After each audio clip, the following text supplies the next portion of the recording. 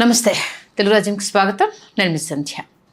చామకూర మల్లారెడ్డి ఈ పేరు చెప్తే చాలా తక్కువ మందికి ఈయన గుర్తొస్తారేమో, కానీ పాలమ్మిన పూలమ్మిన కష్టపడ్డా పైకి వచ్చిన మేము ముందు నిలబడ్డా అనగానే ఎక్కడ తెలుగువారు ఉన్న టక్కన మా మల్లారెడ్డి మాకెందుకు తెలియదు అనేసేంత ఫేమస్ అయిపోయిన విషయం మనందరికీ తెలిసిందే.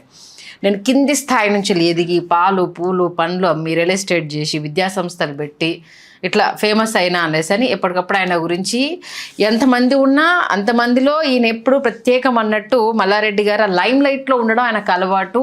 ఆయన ప్రసంగాలు కూడా అంతే ఇది ఎంటర్టైనింగ్గా ప్రతి ఒక్కరూ ఆయన గురించి మాట్లాడుకునే విధంగా ఆయన డే 1 నుంచి అలా ప్రాచుర్యం పొందారు అనడంలో ఏమాత్రం అతిశయోక్తి లేదు. 2014లో అంటే రాష్ట్రం విడిపోయిన తర్వాత ఈయన పొలిటికల్ ఎంట్రీ జరిగింది. 2014లో టీడీపీ నుంచి ఆయన లోక్సభ నియోజకవర్గం నుంచి మల్కాజ్గిరి లోక్సభ నియోజకవర్గం నుంచి ఈయన ఎంపీగా గెలుపొందిన విషయం మనందరికీ తెలిసింది. ఆ తర్వాత బీఆర్ఎస్ అంటే అప్పుడు టీఆర్ఎస్లో ఆయన జాయిన్ అవ్వడము, అందులోనే ఆయన ఎంపీగా కొనసాగడము, ఆ తర్వాత 2018 ఎన్నికల టైంకి ఎమ్మెల్యేగా, ఆ తర్వాత మినిస్టర్గా ఆయన కంటిన్యూ అవ్వడము, మూడోసారి కూడా ముచ్చటగా ఆయన అంటే రాజకీయంగా ఒకసారి ఎంపీగా 2 సార్లు ఎమ్మెల్యేగా గెలిచి ఆయన నియోజకవర్గానికి సంబంధించి మేడ్చల్ నియోజకవర్గానికి సంబంధించి తిరుగులేని నేతగా ఆయన ఎదగడం కానీ ఎప్పటికప్పుడు ఆ మెజారిటీని పెంచుకుంటూనే పోయిండు. కానీ ఎక్కడ ఏమాత్రం తగ్గకుండా ఆయన గురించి నిత్యం ఏదో ఒక చర్చ జరిగే విధంగానే ఆయన ఎప్పుడు చూసుకుంటూనే ఉంటాడు. నిత్యం ప్రజల్లో ఉంటూ తన మేడ్చల్ నియోజకవర్గ కాలనీ వాసులతో కావచ్చు, అక్కడున్న ప్రాంత వాసులతో కావచ్చు, ఎప్పటికప్పుడు మాట్లాడుతూ అక్కడ జరిగే ఫంక్షన్లు కావచ్చు, మీటింగ్లకు కావచ్చు వెళ్ళి వాళ్ళందరితో మమేకమవుతూ అక్కడున్న సమస్యలకు సంబంధించి ఎప్పటికప్పుడు మాట్లాడుతూ పనులు చేయించడం కానీ వాళ్ళతో కలవడం కానీ ఈ విషయంలో ఆయనను తీసుకట్టుగా ఎవరు ఆ మేడ్చల్కి సంబంధించి ఇంకెవరు చేయలేరు అన్నంత రేంజ్లో ఆయన ఇన్వాల్వ్ అయిన విధానం ఎప్పటికప్పుడు చర్చలోనే ఉంటుంది. ఇప్పుడు మరొక్కసారి మొన్న ఘట్కేసర్లో అందశ్రీ గారి జయంతి సందర్భంగా సీఎం రేవంత్ రెడ్డి గారు సభకు రావడం జరిగింది. ఆయన నియోజకవర్గం సంబంధించి కాబట్టి ఎమ్మెల్యేగా ఆయన కూడా ఆహ్వానం వెళ్ళతో సభలో కూర్చున్నారు. అక్కడ సీఎం రేవంత్ రెడ్డి గారు యాజ్ యూజువల్గా కేసీఆర్ గారి కుటుంబాన్ని, కేటీఆర్ గారిని ఆయన పదజాలంతో ఏ రేంజ్లో పరిసరం మనం చూసాము. ఆయన అక్కడ ఉండి సభలో అనంటే వేరే మీడియా మిత్రుడు ఒకరు అడిగినప్పుడు సభలో ఎట్లా మాట్లాడతారు భయ్ అసలు ఎట్లా ఖండిస్తారు, మొత్తం అంతా ఆ చుట్టుముట్టంతా కాంగ్రెస్లో ఉన్నారు, నన్ను ప్రోటోకాల్ ప్రకారం పిలిచిరు పోయిన కూర్చున్నా అనేసానంటే సభ అయిపోయినాకనైనా ఎక్కడైనా సరే ఇండివిజువల్ ప్రెస్ మీటా లేకపోతే ఏదో ఒక మీడియా వాళ్ళని పిలిచా ఆయనకు అట్లా మాట్లాడి కరెక్ట్ కాదని ఆయన ఎక్కడ ఖండించలేదు అన్న అంశానికి సంబంధించి బీఆర్ఎస్ శ్రేణులు హట్ అయ్యాయి.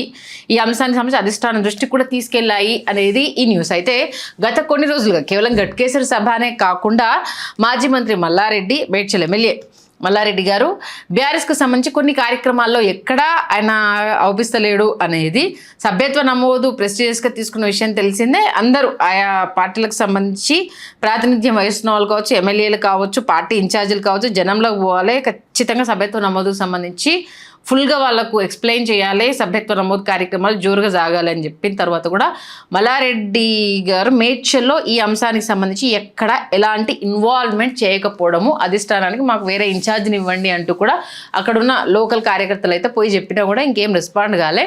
అయితే గత కొన్ని రోజులుగా చూస్తే వాళ్ళ కోడలు ప్రీతి చాలా యాక్టివ్గా ఉన్నది, బీజేపీలోకి వెళ్తారు అన్న న్యూస్ కావచ్చు, ఈ మధ్య ఇంటర్వ్యూలు కూడా ఎక్కువ ఇవ్వడం కావచ్చు మనం చూసాం. దీంతోపాటు ఫ్యామిలీ అంత పోయి ప్రధాని మోదీని కూడా కలిసిరు. ఏపీలో కూడా మల్లారెడ్డి విద్యాసంస్థల్ని వాళ్ళు మల్లారెడ్డి విద్యాసంస్థలని అక్కడ కూడా స్థాపించాలి అన్నట్టు సీఎం చంద్రబాబు గారితో కూడా మాటామంతి జరిగింది అన్న ఒక డిస్కషన్ కూడా వినిపించిన నేపథ్యంలో దానికి సంబంధించి కూడా పెద్ద ఎత్తున డిస్కషన్ జరుగుతుంది. ఖచ్చితంగా పార్టీ మొదట్లోనే మారే వ్యక్తి మల్లారెడ్డి అయి ఉంటాడు అనేసి కూడా పెద్ద ఎత్తున చర్చలు జరిగితే ఎడిగిపోయేది లేదా ఈ ఏజ్లో ఎడిగిపోతాను నేను మళ్ళీ నెక్స్ట్ రాజకీయాల్లో కూడా నేను నిలబడతలేను, నా తరపు నుంచి నేను పక్కా తప్పుకుంటాను అని కూడా చాలా క్లియర్గా చెప్పిండు ఆయన.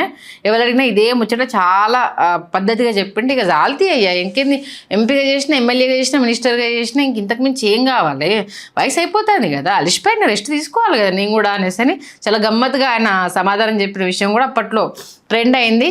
ఆయన వారసులుగా కోడల్ని ఇటు కొడుకుని ఇద్దరిని రాజకీయ ప్రవేశం చేయించాలి అని మొన్న బీఆర్ఎస్ గెలిచి ఉండుంటే మేబీ ఎమ్మెల్సీ కేటగిరీలో ఏమన్నా ఇచ్చేవాడేమో. ఎందుకంటే చాలా మంది ఆయన పార్టీ మారుతున్నాడు అనగానే ఒకటే ముచ్చట, ఏంది ఏడమారినా ఏముంది, పైసలు ఇచ్చి మారుతాడు, ఆయనకు లేందా అది, కాలేజీలు నడవాలన్నా ఆడ ఉన్నాయి బయటికి రావద్దన్నా ఇవ్వకుంటే వాళ్ళకి పైసలు ఇవ్వాలా తప్పది అని చెప్పేసి అన్న ఈ న్యూస్ అయితే వచ్చింది.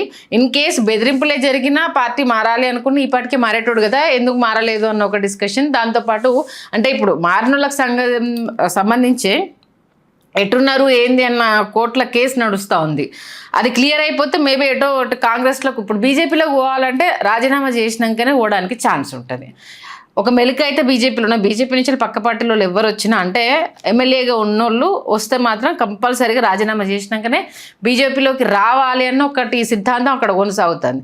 ఇప్పుడు కాంగ్రెస్లోకి పోతే అనర్హత వేటుకు సంబంధించి మళ్ళీ ఇప్పుడు కోట్ల చుట్టూ నేనేం తిరగాలి, ఎట్లుంటుంది ఏంది అన్న ఆలోచన కూడా మేబీ చేసుకుంటూ ఉండొచ్చు. ఎట్లాగైతే బండి నడుస్తూ ఉంది కదా అనేసి అనుకున్న క్రిషాంక్ అయితే బీఆర్ఎస్ లీడర్ క్రిషాంక్ ఏమైంది మళ్ళన్నా ఏమన్నా బెదిరించిర్రా ఏమన్నా ఇది చేసిర్రా ఏంది సప్పుడు ఎత్తలేవు గిట్లుంటే ఎట్లా అంటూ క్వశ్చన్ చేశాడు అన్న న్యూస్ కూడా మనం చూడడం జరుగుతుంది. దీంతోపాటు సభ్యత్వ నమోదుకు సంబంధించి అయితే మళ్ళీ అస్సలు పట్టించుకుంటలేడు, ఏ కార్యక్రమాలకు హాజరైతలేడు, ఏ విషయం చెప్తలేడు అంటూ కూడా బీఆర్ఎస్ నేతలు అధిష్టానానికి అయితే కంప్లైంట్ చేసినట్టు కూడా వార్తలు వస్తూ ఉంటే మల్లారెడ్డి సార్ను ఈ అంశానికి సంబంధించి మళ్ళొక్కసారి కదిలిస్తే సార్ అయితే కుల్లా చెప్పిండే, నేనేమైనా చెప్పినా అబ్బాయి మీకు మీరు అనుకుంటే నేనేం చేస్తా, నేనేమన్నా వచ్చి కండువా కప్పుకొని ఏమన్నా అంటే మీరు మాట్లాడుకుంటే షురూ చేసుకోరు, నేను కూడా వద్దనా, అరే గంతమంది చుట్టుముట్టు ఎమ్మెల్యేలు ఉన్నారు, ఆయన కాందాని అంత ఉన్నది, గాడికి పోయి నువ్వు ఎట్లా అంటావు అనేసి నేను సభలో ఎట్లా మాట్లాడతా, పద్ధతి కాదు కదా అంటూ ఆయన సింపుల్గా చెప్పేసి ఫోన్ కట్ చేసిండు. బట్ అది అయిపోయినాక ఎందుకు నువ్వు ప్రెస్ మీట్ పెట్టలేదు, ఎందుకు సీఎం రేవంత్ రెడ్డి గారిని గట్టెట్లా తిడతావని ఎందుకు అడగలేదు అన్నదానికి మాత్రం సమాధానం అయితే ఆయన చెప్పలే. అయితే రేపు కొడుకు కోడలు భవిష్యత్తు కోసమే మల్లారెడ్డి గారు ఒకంత తగ్గుతున్నారు. పార్టీ మార్పుకు సంబంధించి ఆయన అనునాయులు కావచ్చు, అనుచరులు కావచ్చు, బంధువర్గం కావచ్చు, బీజేపీకి వెళ్తేనే మంచిగా ఉంటుంది అనేసి అన్న సలహా ఇస్తున్న నేపథ్యంలో మంతనాలు అయితే నడుస్తున్నాయి. దానికి సంబంధించి కోడల విషయంలోనే పెద్ద గట్టి ప్రయత్నం చేస్తున్నాడు అనేసి అన్నది. కోడలు కట్టుబొట్టు కూడా ఈ మధ్య మారింది, స్పీచ్లు కావచ్చు అవన్నీ ఇట్లా ఒక దిక్కు చేంజ్ ఓవర్ అయితే కనిపిస్తుంది అనేసి అని ఇన్సైడ్లో మనకి వినిపిస్తున్న టాకు. బీజేపీ నుంచి వెళ్ళి కాకపోతే బీజేపీలో కుటుంబానికి టికెట్లు ఇచ్చుడు అంటే అది కుదరని ప్రశ్న. అంటే అక్కడ ఉంటుంది కదా కుటుంబాలకు సంబంధించి ఒకటే కుటుంబంలో 4-5 సీట్లు ఇచ్చుడు కావచ్చు, 4-5 పదవులు ఇచ్చుడు కావచ్చు, బీజేపీలో చెల్లదు కాబట్టి అక్కడెక్కడైనా బ్రేక్ పడిందా అన్న అది అయితే కంటిన్యూ అవుతుంది. కాకపోతే నేను చెప్పినంత వరకు మీరు ఎన్ని కథనాలు రాసుకున్నా అది నాకు ఫరక్ పడది, నాకు ఏం కాదు అన్న ముచ్చటైతే మళ్ళీ మస్తు స్పష్టం చేసిండు. బిడ్డ కోసం అల్లుడు కోసం అయితే ప్రయత్నాలు బాగానే చేస్తున్నాడు, కానీ కేసీఆర్ గారితో అయితే మంచి సన్నిహిత సంబంధాలు మల్లన్నకు ఉన్నాయన్న విషయం తెలిసింది. ఎందుకంటే ఆయన ఎప్పుడు ఆయన కాలేజీలకు సంబంధించి తప్పితే అదర్వైజ్ రాజకీయ పరంగా దానికి సంబంధించి ఓన్లీ కాలేజీలు ఆయన ఎదిగిన తీరు కబ్జాలకు సంబంధించి ఎప్పుడు డిస్కషన్ జరిగింది తప్పితే కేసీఆర్ కానీ కేటీఆర్ గారితో కానీ ఆ సాన్నిహిత్య సంబంధం అయితే ఎప్పుడు మంచిగానే ఉండే. అయితే మొన్న జరిగిన మన మల్లారెడ్డి అల్లుడు రాజశేఖర రెడ్డి తల్లిదండ్రులది వార్షిక మహోత్సవం నేపథ్యంలో కొంత వీళ్ళు ఎక్కడ కనిపించకపోవడంతో కూడా అప్పుడు న్యూస్ వచ్చింది. మల్లారెడ్డి పోతే ఇప్పుడు కాంగ్రెస్ తప్పితే వేరే ఆప్షన్ లేదు, బీజేపీలో పోతే ఇప్పుడు రాజీనామా చేసి ఆయన ఎలక్షన్లకు ఏం పోతాడు, ఇప్పుడున్న పరిస్థితుల్లో ఆయనకు అవసరమా అన్న ఆవాదన కూడా తెర మీద తీసుకొస్తుంటే ఒకవేళ పోయినా కూడా ఇప్పుడున్న అంటే వాళ్ళ తరపు నుంచి వెళ్ళి వినిపించిన ఇంకోటి ప్రభుత్వం మీద ఉన్న వ్యతిరేకతకు ఆయన కాంగ్రెస్లకు అయితే ఓడు వాళ్ళు చెప్పిన మాట. మరి బీజేపీలోకి పోవాలంటే రిజైన్ చేయాలి, ఇప్పుడున్న పరిస్థితుల్లో రిజైన్ చేస్తాడంటే అది చేయడు, కాకపోతే తటస్థంగా ఉంటాడు.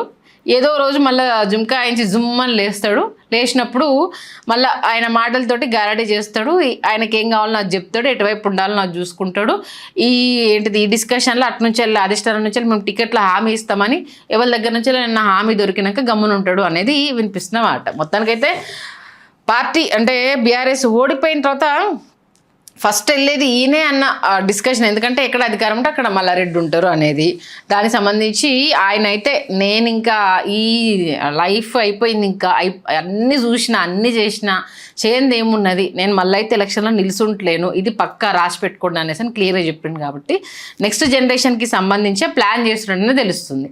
ఏంది ఆ ప్లాన్ అనేది, ఈయన బీఆర్ఎస్లోనే ఉండి కొడుకుని కోడల్ని బీజేపీలోకి ఏమన్నా పంపించే అవకాశం ఉందా, లేదు కాంగ్రెస్లో వీళ్ళిద్దరికి టికెట్లు ఇస్తారంటే ఇప్పటి నుంచి వెళ్ళి అటువైపు నుంచి వెళ్ళి ప్రచారం చేపిస్తాడా, ఏంటి యాక్షన్ ఆ ప్లాన్ అని అంత తక్కువ అయితే చేయడానికి లేదు మళ్ళీ నన్ను. ఎందుకంటే పూలమ్మి పండ్లమ్మి ఆ స్టేజ్కి వచ్చినోడు అని అంటే రేపు కొడుకన్నా కోడలు మస్తు హుషారు ఉన్నది, మనం చూస్తూనే ఉన్నాం కదా, చాలా హుషారు ఉన్నది కోడలు.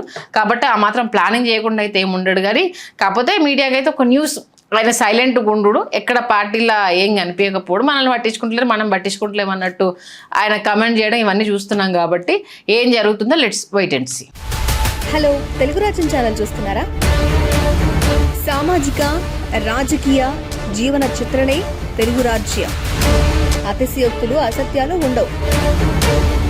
రాజకీయ కోణం కాదు, ప్రజా కోణమే కొలబద్ద. తెలుగు రాజ్యం వీక్షణ మీ ఉత్తమ అభిరుచికి నిదర్శనం.